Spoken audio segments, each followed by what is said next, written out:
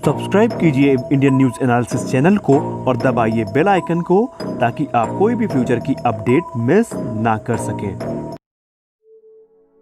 News analysis के एक नए एपिसोड में इस एपिसोड में हम बात करने वाले हैं भारत के पहले फाइटर बॉम्बर एयरक्राफ्ट HF-24 मारुत के बारे में।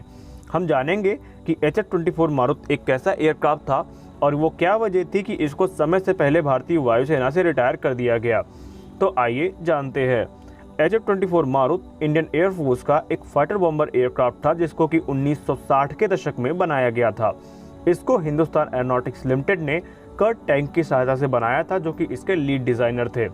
इस एयरक्राफ्ट को बनाने का मकसद ये था कि भारत अपना खुद का एक सुपरसोनिक फाइटर बनाना चाहता था, लेकिन इंजन्स की कमी और भारत की जो पॉलिटिक्स है उसके चलते ये एयरक्राफ्ट कभी भी ऐसा नहीं कर पाया और अंत में इसे रिटायर कर दिया गया। और ये एयरक्राफ्ट एशिया का पहला ऐसा एयरक्राफ्ट था जो टेस्ट फेज़ के आगे बढ़ पाया था। इंडिया तो छोड़िए, ये एशिया का पहला एयरक्राफ्ट था जो टेस्ट फेज़ के आगे पहुंचा था और इसको प्रोडक्शन लाइन में भी लाया गया था। यहाँ इसकी पहली उड़ान को 17 जून 1961 को आयोजित किया गया था। वहीं इसे भारतीय वायुसेना में 1 अप्रैल 1967 को शामिल कर लिया गया था। अब आइए जानते हैं इसके बारे में डिटेल से। देखिए, मारुत को बनाने का जो मकसद था वो 1950 से शुरू हो गया था। दरअसल 1950 के दशक तक भारतीय वायुसेना और हिंदुस्तान एरोनॉटिक्स लिमिटेड ने कई सारे ट्रेनर एयरक्राफ्ट बनाए थे। अब इसके बाद भारतीय वायुसेना और भारत सरकार ने हिंदुस्तान एरोनॉटिक्स की कैपेबिलिटी को और बढ़ाने के लिए उसे एक नया प्रोजेक्ट दिया। प्रोजेक्ट ये था कि अब हिंदुस्तान एरोनॉटिक्स लिमिटेड को भारतीय वायुसेना के लिए एक ऐसा एयरक्राफ्ट बनाना था जो कि मार्क 2 कैपेबल हो, यानी कि मार्क 2 की स्पीड तक को प्राप्त कर सके, यानी कि सुपरसोनिक एयरक्राफ्ट हो। लेकिन अभी तक हिंदुस्तान एरोनॉटिक्स लिमिटेड ने सिर्फ ट्रेनर एयरक्राफ्ट ही बनाए थे, इसलिए उनके पास पर्याप्त एक्सपीरियंस नहीं था। और क्योंकि ऐसे में अगर ये प्रोजेक्ट शुरू किया जाता तो इसमें काफ़ी दिक्कत आ सकती थी, इसीलिए यहाँ पे ये निश्चय किया गया कि इसके लिए किसी दूसरे की सहायता भी ली जा सकती है। और इसीलिए भारतीय वायुसेना हिंदुस्तान एरोनॉटिक्स लिमिटेड ने कर्ट टैंक की सहायता ली, जो कि इसके लीड डिज़ाइनर थे। अब यहाँ पे इसकी डेवलपमेंट की शुरुआत होती है। पहले फेज़ में तो इसके एयरफ्रेम पे ध्यान दिया गया और इसके लिए एक ऐसा एयरफ्रेम डिज़ाइन किया गया जो कि सुपरसोनिक स्पीड को सहन कर सके, उस पर रह सके। और दूसरे फेज़ में इसकी जो ज़रूरी चीज़ें थी और इसके जो इंजन्स थे उन पर ध्यान दिया गया। तो यहाँ पर इनकी शुरुआत हो गई, डिज़ाइन फेज शुरू हुआ, एयरक्राफ्ट बन के तैयार हुआ। लेकिन एयरक्राफ्ट के पहले हिंदुस्तान एरोनॉटिक्स लिमिटेड ने इसके कई सारे प्रोटोटाइप बनाए थे। यानी हम ये कह सकते हैं कि इसका एक ग्लाइडर प्रोटोटाइप बनाया था जिसके तहत वो कुछ ज़रूरी चीज़ें जानना चाहते थे।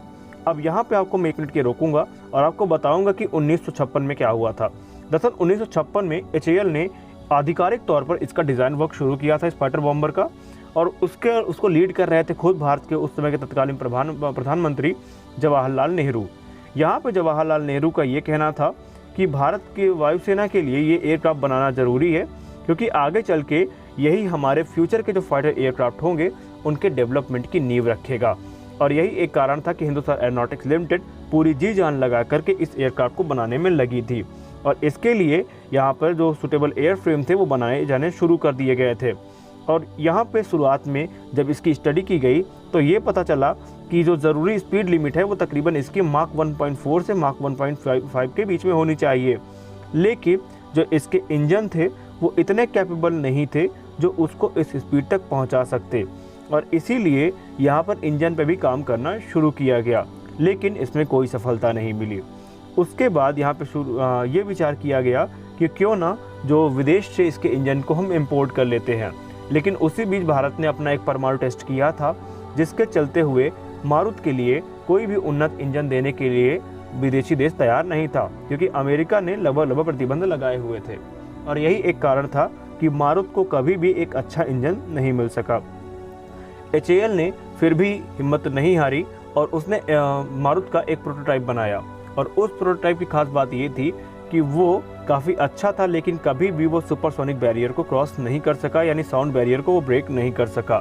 और मारुत का ये जो प्रोटोटाइप था बाद में प्रोडक्शन लाइन में भी आया और इसमें ब्रिस्टल सिडले का ऑर्फस 703 टर्बोजेट इंजन के इस्तेमाल किए गए थे, जो कि इतने कैपेबल नहीं थे कि इसको सुपरसोनिक कर सकें। लेकिन किसी भी तरह से इसको 1 अप्रैल 1967 को प्रोडक्शन लाइन में ले आया गया और उसके बाद काफ़ी लंबे समय तक भारतीय वायुसेना ने इसका इस्तेमाल किया। लेकिन यहाँ पे बहुत सारी कमियाँ इस एयरक्राफ्ट में थीं, जिसको सुधार करने की बहुत सारी कोशिश की गई। अब यहाँ पर एंट्री होती है गैस टरबाइन रिसर्च इंस्टीट्यूट की। वहाँ पर उन्होंने ये कहा कि हम इस इंजन को मॉडिफाई करेंगे और इस पर स्टडी करके इसके लिए एक इन्हेंस्ड इंजन तैयार करेंगे। लेकिन इंजन जो तैयार किया गया वो HAL के जो मारुत एयरक्राफ्ट थे उनके लिए अच्छा नहीं था और बाद में इस प्रोजेक्ट को रद्द कर दिया गया। हालांकि अगर देखें तो इसकी जो स्पीड थी वो पुराने हॉकर हंटर्स के जैसी ही थी और इसकी जो स्पेसिफिकेशंस थी भारत ने उस पर पूरा ध्यान दिया था। लेकिन पॉलिटिकल प्रेशर के चलते हुए और जो इंटरनेशनल बैन लगा था उसके चलते हुए और एक सटीक इंजन की कमी के कारण इस एयरक्राफ्ट को वहाँ पे रद्द कर दिया गया, इस प्रोजेक्ट को रद्द कर दिया गया। हालांकि इसके बाद रॉल्स रॉयस जैसी कंपनियों ने भारत को ऑफर दिए थे कि मारुत के लिए वो अच्छे इंजन तैयार कर सकते हैं, लेकिन इस पर कोई भी हल नहीं निकला और इस प्रकार हमारा एक शानदार एयरक्राफ्ट इंजन की कमी के कारण वो कभी भी इसके अपना अगला सफ़र तय नहीं कर सका। फिलहाल आइए बात कर लेते हैं इसकी कुछ बेसिक स्पेसिफिकेशंस की जो आपको पता होनी चाहिए कि मारुत कैसा एयरक्राफ्ट था। मारुत की जो क्रू कैपेसिटी थी वो 1 पर्सनल की थी, वहीं इसकी लेंथ तकरीबन 15.87 मीटर की थी। इसका विंग स्पैन 9 मीटर का था और इसकी हाइट 3.60 मीटर्स की थी। इसका एम्प्टी वेट 6195 किलोग्राम था, वहीं इसका मैक्सिमम टेक ऑफ वेट तकरीबन 10,908 किलोग्राम का था।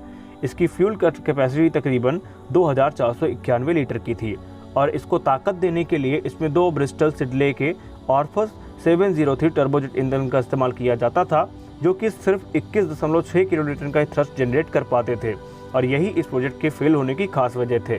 फिलहाल अगर इसके हम परफॉर्मेंस की बात करें तो इसकी जो मैक्सिमम स्पीड थी वो तकरीबन 1112 किलोमीटर प्रति घंटा ही थी और इसकी अगर हम स्टार स्पीड की बात करें तो वो तकरीबन 248 किलोमीटर प्रति घंटे की थी।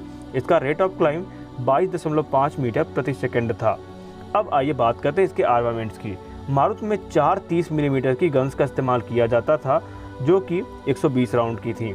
वहीं रॉकेट की बात करें तो इसमें लगभग 68 mm के रॉकेट्स का इस्तेमाल किया जाता था और ये 50 रॉकेट्स को एक साथ लेकर के उड़ सकता था।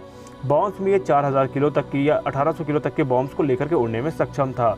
और इसी प्रकार यही थी हमारे मारुत की कुछ खासियतें और हमने वो कमियां भी आपको बताएं कि किस कारण मारुत को बंद करना पड़ा या मारुत प्रोजेक्ट किस प्रकार से बंद हुआ। आपको लगता है कि अगर हमने किसी पॉइंट को मिस किया है तो कमेंट सेक्शन में ज़रूर बताइएगा। फिलहाल के अपडेट में बस इतना ही।